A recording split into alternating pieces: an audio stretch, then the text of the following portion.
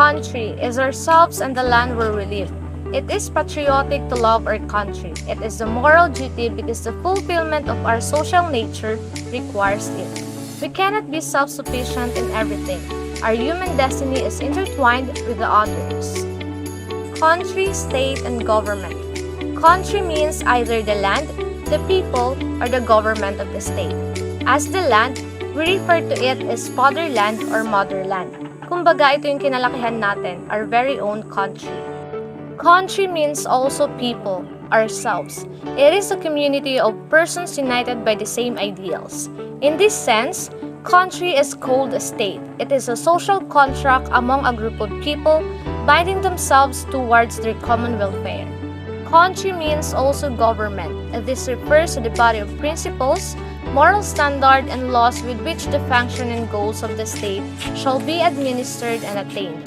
There are different countries in this world, but the most important country that we need to treasure is our very own country, the Philippines. Good day everyone. I'm Ian Iglesia. I will discuss about nature of the state. State is defined as a perfect natural union of families, established for the common temporal good under a definite government.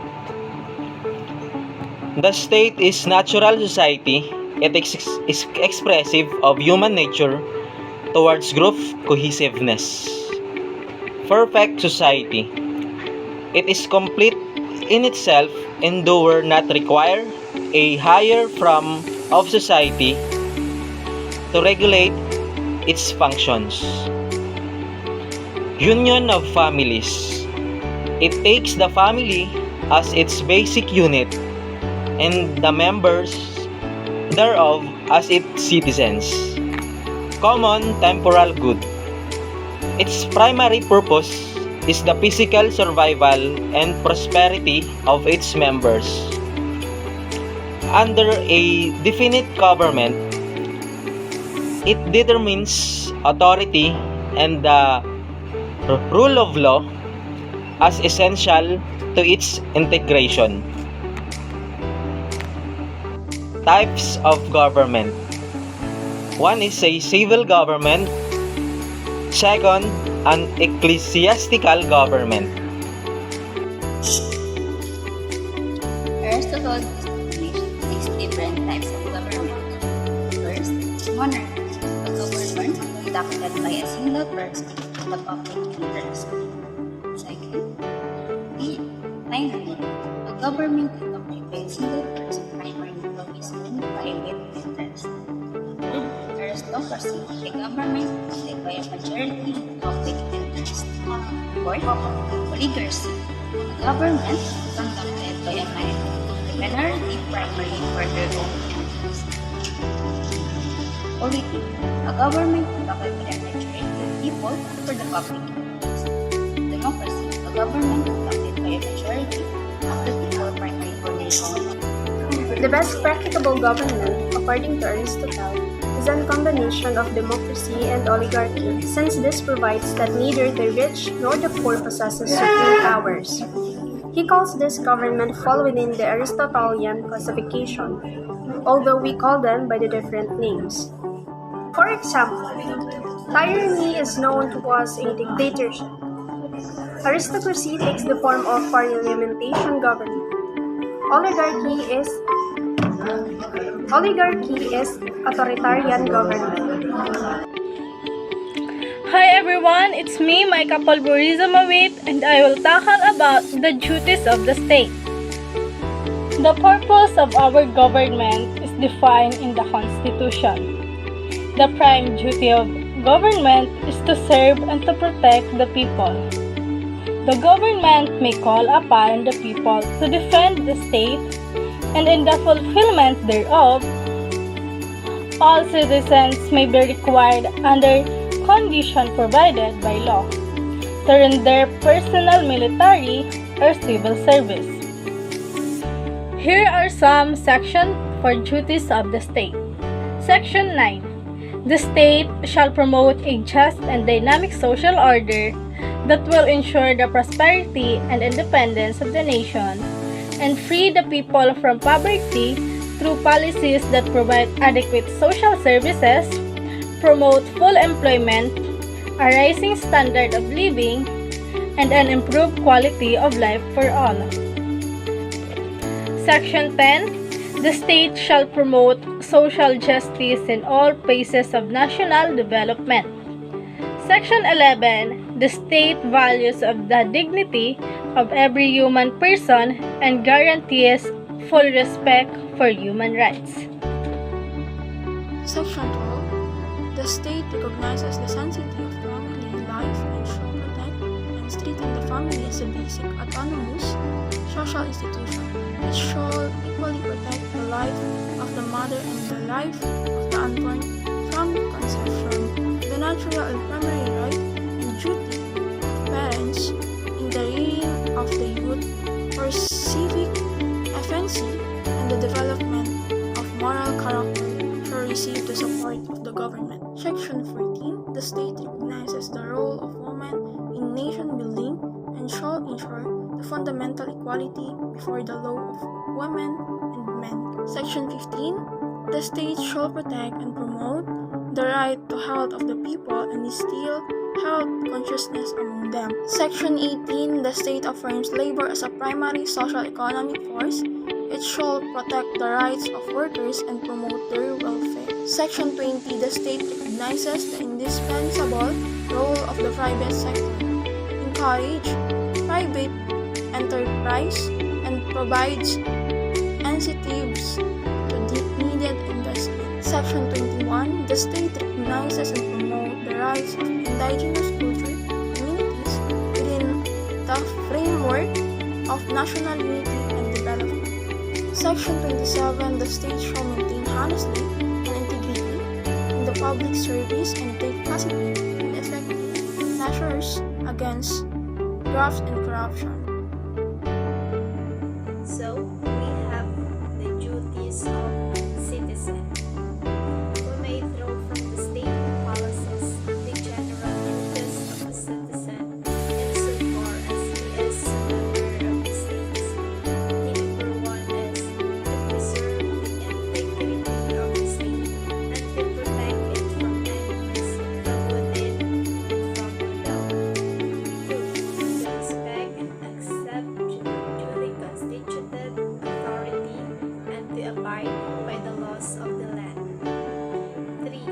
To contribute and support public works and services through payment of taxes. 4. To promote personal hygiene and environment sanitation. 5. To contribute to progress and prosperity through honest work and industry. 6. To secure peace and order by respecting the right of others. 7. To fight oppression and denounce inequality.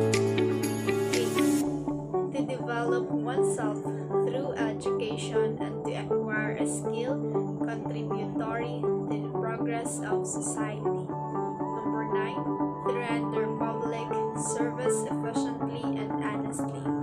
And the last one is to exercise vigilance and fight abuses of public officials. We have the nationalism, even a moral value that sums up one's love for the country. Under of nationalism, we have the tradition of the shared historic experience from which a nation derives its principle and value. The consensus as the shared understanding of what a nation and its purpose. Then, compact is the shared agreement among the citizens based on the tradition and consensus. Nationalism also presupposes such as values as pagsasarili, pagkakaisa, pagkabayani, pakikipagkapwa-tao. The Kanya-Kanya Syndrome. Filipinos are often citizenship for being preoccupied with their private interests manifest as to lose sight altogether of the public good. The malady is not exclusive of the Filipino. It is a weakness that may be attributed to the ugly side of human nature. The bayanihan spirits the antidote to the selfishness or kanya-kanya mentality.